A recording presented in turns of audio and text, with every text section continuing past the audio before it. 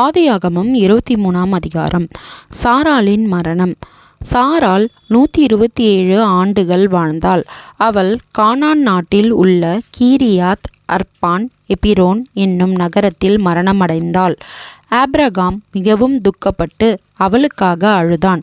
பிறகு அவன் மரித்துப்போன மனைவியின் உடலை விட்டு எழுந்து போய் ஏத்தின் ஜனங்களோடு பேசினான். அவன், நான் உங்கள் நாட்டில் தங்கியிருக்கும் ஒரு பிரயாணி. எனவே என் மனைவியை அடக்கம் செய்ய எனக்கு இடமில்லை. கொஞ்சம் இடம் தாருங்கள், என் மனைவியை அடக்கம் செய்ய வேண்டும் என்று கேட்டான். ஏத்தின் ஜனங்களோ ஆபிரகாமிடம், ஐயா, எங்களிடம் உள்ள மகா தேவனின் தலைவர்களுள் நீங்களும் ஒருவர். உமது மனைவியின் பிணத்தை அடக்கம் செய்ய எங்களிடம் உள்ள எந்த நல்ல இடத்தையும் நீர் எடுத்துக்கொள்ளலாம். எங்களுக்குரிய கல்லறைகளில் உமக்கு விருப்பமான எதையும் நீர் பெற முடியும். உமது மனைவியை அங்கே அடக்கம் செய்வதை எங்களில் எவரும் உம்மை தடுக்க மாட்டார்கள் என்றனர். ஆபிரகாம் எழுந்து அவர்களை குனிந்து வணங்கினான். அவன் அவர்களிடம், நீங்கள் உண்மையில் எனக்கு என் மனைவியை அடக்கம் செய்ய உதவ விரும்பினால் சோகாருடைய மகனாகிய எப்பெரோனுக்கு செல்லுங்கள். நான் மக்பேலா எனப்படும் குகையை விலைக்கு வாங்க விரும்புகிறேன். அது எப்பெரோனுக்கு உரியது. அது இந்த வயலின் இறுதியில் உள்ளது.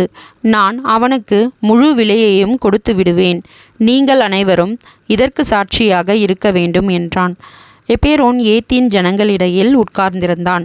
அவன் ஆபிரகாமிடம், இல்லை ஐயா, நான் அந்த நிலத்தையும் குகையையும் உமக்கு தருவேன். நீர் உமது மனைவியை அதில் அடக்கம் செய்யலாம் என்றான். பிறகு ஆபிரகாம் ஏத்தின் ஜனங்களிடம் குனிந்து வணங்கினான். ஆபிரகாம் அனைவருக்கும் முன்பாக எப்பெரோனிடம், ஆனால் நான் அதற்குரிய விலையை கொடுப்பேன். என்னுடைய பணத்தை ஏற்றுக்கொள்ள வேண்டும். அதன்பின் என் மனைவியை அடக்கம் செய்வேன் என்றான். எப்பெரோன் ஆபிரகாமுக்கு, ஐயா, நான் சொல்வதை கேளுங்கள்.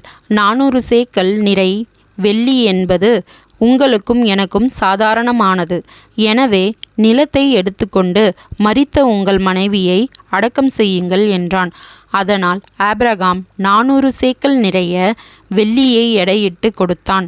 எனவே எப்பெரோனுடைய நிலம் ஆபிரகாமுக்கு கிடைத்தது. இது மம்ரேவின் கிழக்கு பகுதியிலுள்ள மக்பெலாவில் இருந்தது.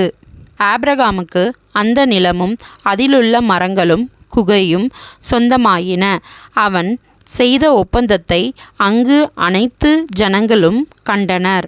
இதற்கு பிறகே ஆபிரகாம் தன் மனைவியான சாராளை மம்ரே அருகிலுள்ள கல்லறையில் அடக்கம் செய்தான்.